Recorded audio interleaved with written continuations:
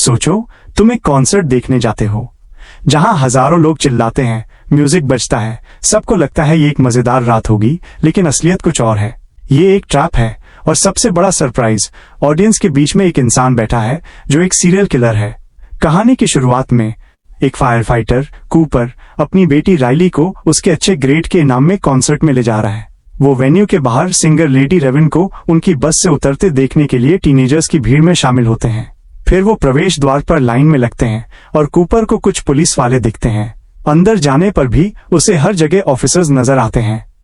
Cooper एक अच्छा पिता बनने की कोशिश करता है और जब राइली एक डांस ग्रुप में शामिल होती है तो उसकी रिकॉर्डिंग करता है और उसके लिए कुछ स्नैक्स भी खरीदता है। कूपर को और भी पुलिस वाले और हाई सिक्योरिटी कैमरा दिखाई देते हैं। आखिरकार वो अपनी सीटों पर पहुंचते हैं और ओपनिंग बैंड को सुन पाते हैं। कूपर देखता है कि पुलिस वाले वहां पर भी मौजूद हैं। कुछ गानों के बाद वो राइली से कहता है कि वो खुद को हल्का करने जा रहा है, लेकिन बाथरूम में जाने के बाद वो वास्तव में अपने फोन में सीसीटीवी का रिकॉर्डिंग चेक करता है। असल में कूपर एक सीरियल किलर है और वो अपने सबसे लेटेस्ट विक्टिम स्पेंसर की रिकॉर्डिंग चेक कर रहा है, जो कूपर के सीक्रेट घर में कैद है। फिर कूपर अपने हाथ धोता है और उसे अपनी माँ वहां खड़ी होने का भ्रम होता है। जैसे ही और पुलिस व्हीकल्स वेन्यू को घेरते हैं, कूपर बाथरूम से बाहर निकलता है और कूपर अपनी सीट पर ठीक समय पर लौटता है ताकि वो रेवन को अपने लापता पिता और उसने आगे बढ़ना कैसे सीखा इस बारे में बात करते हुए सुन सके। वो अपने फैंस से अपने फोन की फ्लैशलाइट ऑन करने के लिए कहती है और पियानो बजाती है। उसी पल कूपर देखता है कि पुलिस भीड़ में से एक आदमी को ले जा रही है। उसके पीछे भी पुलिस लाइन में लगे हुए हैं। इंटरमिशन के दौरान कूपर और राइली एक टी शर्ट खरीदने जाते हैं, लेकिन उसके साइज में कोई टी शर्ट नहीं होती है। दुकानदार जैमी वादा करता है कि और टी शर्ट आ रही हैं और कूपर को पुलिस के बारे में पूछने का मौका मिलता है। जैमी कहता है कि ये एक सीक्रेट है, लेकिन वो फिर भी कूपर को बताता है। पुलिस को पता चला है कि द बुचर नाम का सीरियल किलर कॉन्सर्ट में होगा, इसलिए वो उसे ढूंढने आए हैं। बाहर निकलने वाले हर व्यक्ति की जांच की जा रही है और बैकस्टेज को छोड़कर सभी एग्जिट्स पर नजर रखी जा रही है। कूपर अजीब तरह से हंसता है क्योंकि वही बुचर है। इसके बाद बुचर एग्जिट्स को चेक करता है और देखता है कि सभी एग्जिट्स पुलिस द्वारा ब्लॉक्ड हैं। कूपर सीढ़ियों के पास खड़ी एक शराबी महिला को देखता है और उसे गिराने के लिए धीरे से धक्का देता है। प्रवेश द्वार पर पुलिस चेक करने के लिए दौड़ते हैं और कूपर बाहर निकलने की कोशिश करता है, लेकिन उसे बाहर और भी ऑफिसर्स दिखाई देते हैं। कोई ऑप्शन न होने पर वो राइली के साथ कॉन्सर्ट में वापस चला जाता है।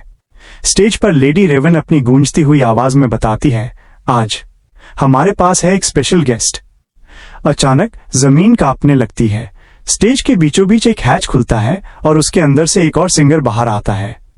लाइट्स, तालियां, पूरा हॉल गूंज उठता है, लेकिन कूपर की नजर सिर्फ उस खुले हैच पर टिक जाती है। वो राइली से फुसफुसाता है, सोचो अगर हम अंदर कूदें कितना मजा आएगा, पता करने में ये रास्ता कहाँ ले जाता है। राइली उसे घूरती है और कहती है, तुम अजीब बर्ताव कर रहे हो। कूपर समझ जाता है ज्यादा दबाव डालना शक पैदा कर सकता है। वो मजबूर होकर चुप रहता है और हताशा के साथ उस हैच को धीरे धीरे बंद होते हुए देखता है। कूपर दोबारा टी शर्ट स्टैंड पर लौटता है। वो देखता है जैमी सप्लाई रूम की ओर जा रहा है। कूपर तुरंत उसके साथ हो लेता है। दरवाजे तक पहुंचते ही जैमी अपनी की कार्ड निकालकर लॉक खोलता है। कूपर की आंखों में चमक आ जाती है। वो चालाकी से बक्सा उठाने में मदद करने का नाटक करता है ताकि मौका मिलते ही कार्ड चुरा सके। अंदर पहुंचकर बात द बुचर पर निकलती है।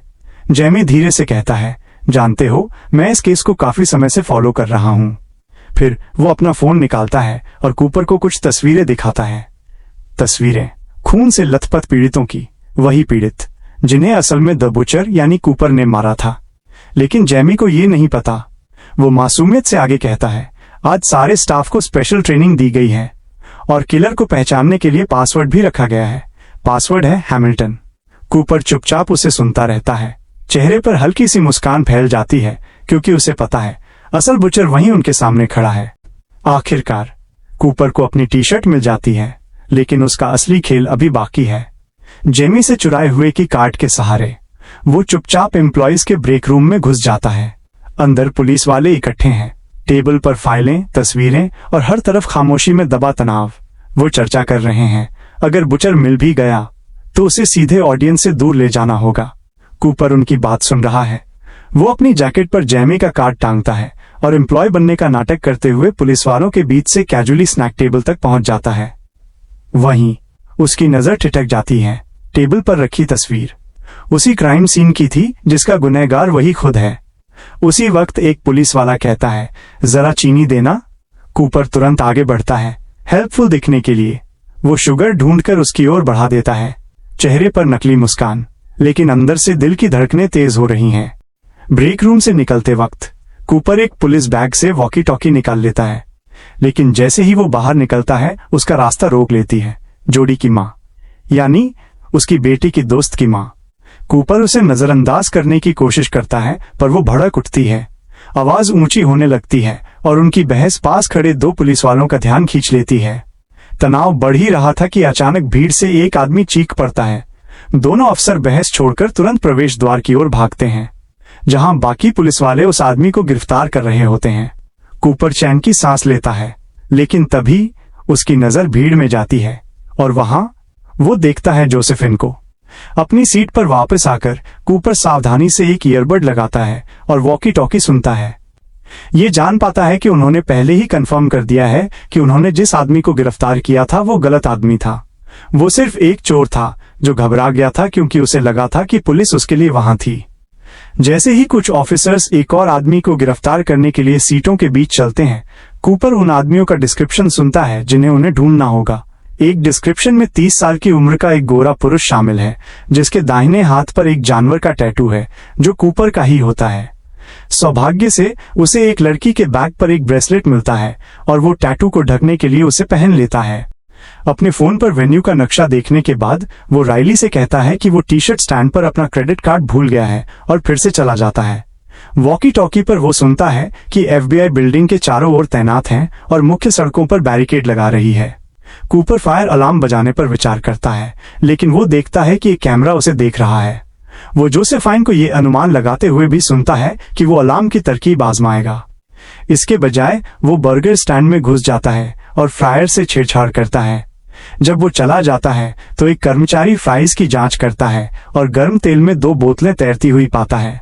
बोतलें अचानक फट जाती हैं और ग्राहक घबराहट में चिल्लाते हैं, जिससे पुलिस का ध्यान आकर्षित होता है। जब सभी का ध्यान बटा हुआ है, कूपर एक एप्रन चुराता है और छत पर जाते समय उसे पहन लेता है। वहां भी पुलिस वाले हैं, इसलिए कूपर उन्हें बताता है कि किचन में हुई घटना के बाद उसे कुछ हवा की जरूरत थी। ऑफिसर्स वॉकी टॉकी पर उसकी कहानी की पुष्टि करते हैं, लेकिन फिर भी कोड पूछते हैं तो कूपर हैमिल्टन कहता है। यकीन न होने पर पुलिस वाले उसका कार्ड भी मांगते हैं। सौभाग्य से कूपर को एप्रन की जेब में एक वॉलेट और एक वेन्यू कार्ड मिलता है, जो उन्हें यकीन दिलाता है। जाने से पहले वो जोसेफाइन के बारे में पूछता है। पुलिस वाले बताते हैं कि वो एक प्रोफाइलर है जिसने पास्ट में कई सीरियल किलर को पकड़ा है। जब वो नीचे लौटता है तो कूपर गंभीर रूप से जले हुए कर्मचारी और उसके बगल में खड़ी अपनी मां के भ्रम को देखता है। इसके बाद कूपर को राइली मिलती है, जो उसके व्यवहार के बारे में चिंतित है। वो उसे बताता है कि उसे जोडी की मां ने घेर लिया था और राइली उससे कहती है कि वो अब अपने क्लासमेट्स के बारे में चिंता ना करे, क्योंकि उसने अपने बगल में बैठी लड़की से दोस्ती कर ली है। जब वो अपनी सीटों पर वापस आते हैं तो राइली बताती है कि ये वो समय है जहां रेवन ऑडियंस में से एक लड़की को स्टेज पर जाने और बैकस्टेज भी देखने के लिए चुनती है। इसे एक अवसर के रूप में देखते हुए कूपर भीड़ को संभालने वालों में से एक के पास जाता है और उसे बताता है कि राइली हाल ही में ल्यूकेमिया से ठीक हुई है और लेडी रेवन उसकी इंस्पिरेशन रही है। पुलिस कूपर की जगह के करीब आ रही है, लेकिन सौभाग्य से उसकी योजना काम करती है और राइली को स्टेज पर जाने के लिए चुना जाता है। उन दोनों को बैकस्टेज पास मिलता है और हैंडलर उन्हें पास होने देने के लिए एक पुलिस वाले से बात करता है। राइली बहुत घबराई हुई है, लेकिन जब रेवन उसे बुलाती है तो वो फिर भी स्टेज में चली जाती है और कूपर अपने पास सभी पुलिस वालों को नजरअंदाज करते हुए अपनी बेटी की खुशी का आनंद लेने की कोशिश करता है। गाना खत्म होने के बाद कूपर एक लड़की को गिरते हुए देखता है और उसे उठाता है। कर्मचारियों से उसे आराम करने के लिए एक जगह मांगता है। उसे बैकस्टेज ले जाया जाता है, ठीक इससे पहले कि जोसेफाइन उसे देख सके। कूपर बीमार लड़की को शांत होने में मदद करता है और उसे कुछ जूस भी देता है। मैनेजर उसकी मदद के लिए बहुत ग्रेटफुल है और उन्हें स्टेज के बगल में कॉन्सर्ट का अंत देखने देता है। कूपर उससे पूछता है कि क्या वो अंत में भीड़ से बचने के लिए बैकस्टेज के दरवाजे से बाहर निकल सकते हैं और मैनेजर हाँ कहता है। एक बार जब कॉन्सर्ट खत्म हो जाता है तो कूपर वॉकी टॉकी पर सुनता है कि बाहर जाते समय वेन्यू में हर पुरुष की जांच की जाएगी। हालांकि जब वो राइली के साथ बाहर निकलने की कोशिश करता है तो उसे पता चलता है कि बैकस्टेज का दरवाजा भी पुलिस द्वारा ब्लॉक्ड है। पास के एक कमरे में कूपर जोसेफाइन को रेवन से ये कहते हुए सुनता है कि कैमरों में कॉन्सर्ट में आए हर व्यक्ति की तस्वीरें और डेटा होगा। हताश होकर कूपर रेवन के पास जाता है और उससे राइली की स्थिति के बारे में अकेले में बात करने के लिए कहता है। वो उसके ड्रेसिंग रूम में प्रवेश करते हैं और कूपर स्वीकार करता है कि आई एम द बुचर, और उससे अगले विक्टिम स्पेंसर को दिखाता है कि कैसे बुचर ने उसको किडनैप करके रखा है। एक बटन है जो उसे सेल में कार्बन मोनोऑक्साइड छोड़ने की परमिशन देता है, जो पुलिस के उसे ढूंढने से पहले स्पेंसर को मार देगा। अगर रेवन सहयोग करती है तो कूपर उसे जाने देने का वादा करता है। इसके बाद रेवन पुलिस को बताती है कि कूपर और राइली उसके साथ लिमोसिन में जा रहे हैं, इसलिए वो मुख्य प्रवेश द्वार पर पुलिस द्वारा चेक किए बिना भागने में कामयाब हो जाते हैं। भीड़ को चेक के कारण देरी हो रही है और जोसेफाइन रिजल्ट्स की कमी के बारे में चिंतित है। सवारी के दौरान कूपर ड्राइवर को बताता है कि उसने अपनी कार कहाँ छोड़ी थी ताकि उन्हें वहां छोड़ा जा सके। हालांकि रेवन राइली से पूछती है कि क्या वो उसके घर जा सकती है। राइली उत्साहित हो जाती है और अपनी मां को अनुमति के लिए कॉल करती है, इसलिए कूपर केवल मुस्कुरा सकता है। वो ड्राइवर को अपना घर का पता देता है। कुछ ही देर बाद उनका स्वागत कूपर की पत्नी राचेल और उनके दूसरे बच्चे द्वारा किया जाता है। जैसे ही वो घर के अंदर जाते हैं, कूपर रेवन को याद दिलाता है कि अगर वो कुछ भी करने की कोशिश करती है तो वो स्पेंसर को मार देगा। कॉफी और केक पर राचेल कॉन्सर्ट के बारे में पूछती है और रेवन उसे बुचर को पकड़ने के लिए पुलिस ऑपरेशन के बारे में बताती है। FBI को बुचर के एक नकली घर में एक कॉन्सर्ट टिकट के लिए एक रसीद मिली, इसलिए उन्होंने योजना बनाने के लिए रेवन से संपर्क किया। जोसेफाइन कुछ समय से बुचर की प्रोफाइलिंग कर रही थी और उसने निष्कर्ष निकाला कि वो 30 या 40 के दशक की शुरुआत का एक गोरा आदमी है। वो किसी ऑफिसर जैसा दिखता है, पॉसिबली एक काली कार चलाता है और उसकी अपनी मां के साथ एक दुखद रिश्ता था।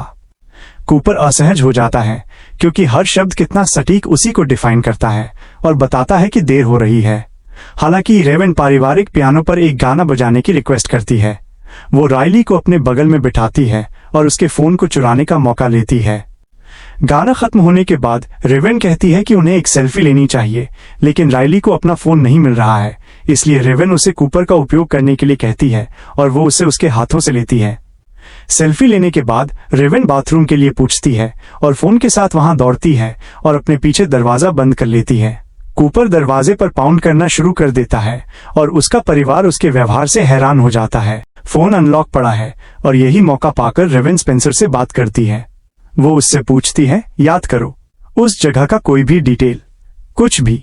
स्पेंसर धीरे धीरे बताता है, दरवाजे का रंग और पास में एक मूर्ति जैसी चीज है। रेवन तुरंत अपना फोन निकालती है और लाइव स्ट्रीम शुरू कर देती है। वो अपने लाखों फॉलोअर्स को ये सारे डिटेल्स बताती है और तभी एक फॉलोअर उस जगह को पहचान लेता है। जानकारी तुरंत पुलिस तक पहुंच जाती है। रेवन अपने ड्राइवर को भी टेक्स्ट भेजती है जो बाहर इंतजार कर रहा है, पुलिस को तुरंत बुलाओ। लेकिन जैसे ही वो कूपर के फोन को दोबारा चेक करती है, वो देखती है लॉक स्क्रीन गायब है। अगले ही पल रेवन चीख उठती है, कूपर ही बुचर है। दरवाजे के दूसरी तरफ से अजीब आवाजें और चीखें सुनाई देती हैं। वो हिम्मत जुटाकर दरवाजा खोलती है और सामने खड़ा है कूपर, घबराया हुआ, मानो उसके पैरों तले जमीन खिसक गई हो। वो झटके से अपना फोन उठाता है और स्पेंसर को चेक करता है, लेकिन स्क्रीन पर नजारा अलग ही था। स्पेंसर गायब हो चुका था। इसके बाद कूपर रेवन को गैरेज में ले जाता है, जहां वो अपना क्राइम इक्विपमेंट्स लेता है और रेवन को राचेल की कार में धक्का देता है क्योंकि जोसेफाइन उसकी गाड़ी के रंग के बारे में सही थी। वो बताता है कि वो रेवन को अपने आखिरी क्राइम के रूप में मार डालेगा। जब कूपर गैरेज खोलता है तो वो अपने परिवार को रास्ता रोकते हुए पाता है। उसने उन्हें राइली के कमरे में बंद कर दिया था, लेकिन वो खिड़की और उसके बगल के पेड़ के बारे में भूल गया था।